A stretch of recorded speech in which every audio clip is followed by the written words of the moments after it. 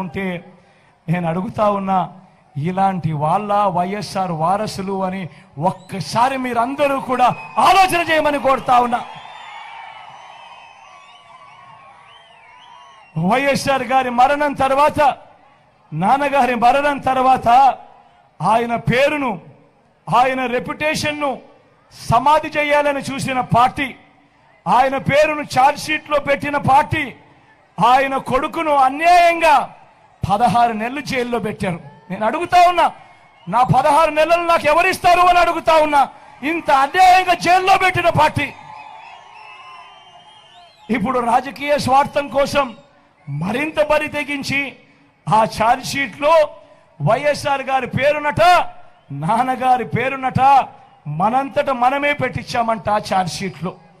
ఇంతటి దుర్మార్గంగా ఈ మాదిరిగా ఆలోచనలు చేస్తూ ఇంతటి దుర్మార్గంగా అబద్ధాలను కూడా ప్రచారం చేస్తా ఉన్నారు అని అంటే ఆలోచన చేయమని అడుగుతా ఉన్నా. అసలు ఈ పార్టీకి మానవతా విలువలు ఉన్నాయా అని, అసలు ఈ పార్టీకి కృతజ్ఞత అనే పదానికి అర్థం తెలుసా అని ఒక్కసారి ఆలోచన చేయమని కోరుతా ఉన్నా. ఏ మాత్రం లేని పార్టీ ఇప్పుడు ఇన్నాళ్ళకట, ఇప్పుడు ఇన్ని సంవత్సరాలకు, నాన్న చనిపోయింది 2009, నాన్న చనిపోయింది 2009. ఆ తర్వాత ఆ కుటుంబాన్ని వాళ్ళు ఏ రకంగా ఇబ్బందులు పెట్టారు అని మీ అందరికీ కూడా తెలుసు. ఈరోజు ఇన్ని సంవత్సరాల తర్వాత ఈరోజు ఇప్పుడు నాన్న సమాధి దగ్గరికి వస్తారంట, ఎడుపుల పాయకు వస్తారంట, నాన్న సమాధి దగ్గరికి వస్తారట, చూడడానికి వస్తారట, ఢిల్లీ నుంచి వస్తారట, ఇన్ని సంవత్సరాల తర్వాత వస్తారట, ఎన్నికల వేళ వస్తారట, ఎన్నికల కోసం వస్తారట. ఆలోచన చేయమని అడుగుతా ఉన్నా.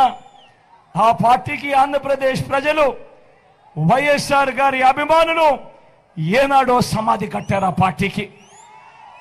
ఆలోచన చేయమని అడుగుతా ఉన్నా. కాంగ్రెస్ కు ఓటు వేస్తే ప్రతి ఓటు కూడా మనంతట మనమే వైఎస్ఆర్ గారి పేరు కనపడకుండా చేసే కుట్రకు మనంతట మనమే భాగస్థులం కామానే ఒక్కసారి ఆలోచన చేయమని మిమ్మల్ని అందరినీ కూడా కోరుతా ఉన్నా. కాంగ్రెస్ పార్టీకి ఓటు వేస్తే మన కళ్ళను మనమే పొడుచుకున్నట్టు కాదా అని అడుగుతా ఉన్నా. కాంగ్రెస్ పార్టీకి ఓటు వేస్తే ఆ ఓటు నేరుగా మన ఓట్లను చీల్చి టీడీపీని గెలిపించడం కాదా, ఎన్డీఏను గెలిపించడం కాదా అని అడుగుతా ఉన్నాడు మీ బిడ్డ. ఈరోజు ఆలోచన చేయమని అడుగుతా ఉన్నా. ప్రతి విషయంలోనూ కూడా ఈరోజు ఎందుకు వీళ్ళు మన రాష్ట్రానికి వచ్చారు, ఎందుకు ఎన్నికల వేళ వీళ్ళు మన రాష్ట్రానికి వచ్చారు అని ప్రతి ఒక్కరూ ఆలోచన చేయమని అడుగుతా ఉన్నా. చంద్రబాబును గెలిపించడం కోసం ఏ రకంగా కుట్రలు జరుగుతూ ఉన్నాయి అన్నది ప్రతి ఒక్కరూ కూడా ఆలోచన చేయమని అడుగుతా ఉన్నా. చంద్రబాబును గెలిపించడం కోసం, మన ఓట్లను చీల్చడం కోసం